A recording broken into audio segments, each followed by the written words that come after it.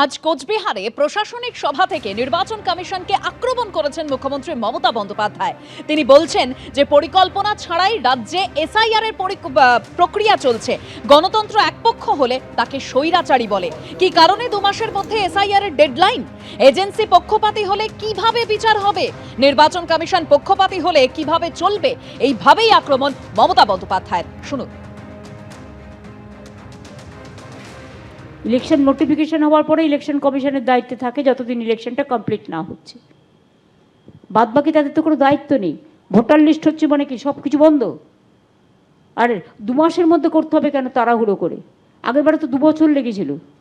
2001-এ election হয়েছিল, 2002-এর পরে শুরু হয়েছিল, 4-এ গিয়ে শেষ হয়েছিল, 4-এ তারপরে ইলেকশন হয়েছিল।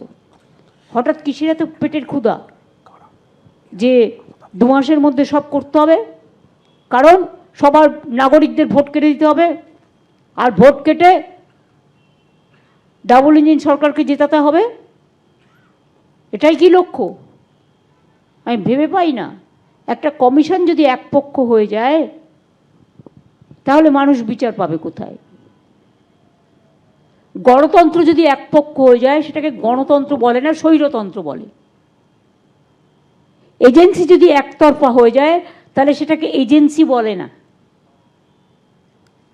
সেটাকে কি বলে আপনারা জানেন? রেস্টোরেশন অফ ডেমোক্রেসি স্লোগান দেওয়া মমতা বন্দ্যোপাধ্যায় পশ্চিমবঙ্গের সমস্ত গণতান্ত্রিক ব্যবস্থাকে ধ্বংস করেছেন। এটা মানুষেরই উপলব্ধি। নির্বাচনটা তৃণমূল কংগ্রেসের কাছে কোনো চয়েস নয়, কম্পালশন, বাধ্যবাধকতা। তারা নির্বাচন চায় না। একদলীয় একচেটিয়া একাধিপত্য প্রতিষ্ঠা হয়েছে সর্বত্র। সাংবিধানিক সংস্থার উপরে এই আক্রমণ সারা ভারতবর্ষের মানুষ দেখছে। আসলে মুখ্যমন্ত্রীর একমাত্র লক্ষ্য হচ্ছে বাংলাদেশি অনুপ্রবেশকারী রোহিঙ্গা মৃত ভোটার, ভুয়ো ভোটারদের নাম রেখে এই শুদ্ধিকরণ প্রক্রিয়াকে আটকে দেওয়া। এটা পশ্চিমবঙ্গের মানুষ বোঝে। সুতরাং মানুষই শেষ কথা বলবে। তারা মুখ্যমন্ত্রীর কথাও শুনছেন, আমাদের কথাও শুনছেন, এবং নির্বাচন কমিশন যেটা করছে সেটাও তারা দেখছেন। তারা তাদের জীবন দিয়ে, উপলব্ধি দিয়ে সেটাকে বিচার করবেন এবং তারপরে তাদের রায় তারা জানিয়ে দেবেন। এই নির্বাচন কমিশন তার নির্বাচনী নিয়মকানুন, ভোটার লিস্ট যাই হোক তৈরি করতে সব জায়গায় সমানভাবে তারা মনোযোগী ছিল না।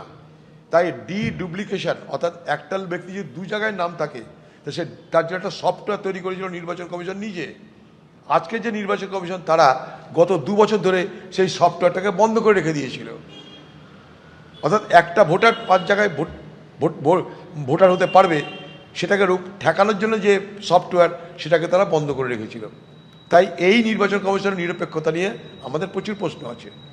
পশ্চিমবঙ্গে কি ভোট হয় আমরা জানি, সেই আশঙ্কা থেকেই বলছে কথা যে পশ্চিমবঙ্গে ভোটার লিস্টে তৃণমূল পার্টির পক্ষ থেকে ভুয়া ভোটার লিস্টের কারচুপি এখন থেকে চালু হয়ে গেছে।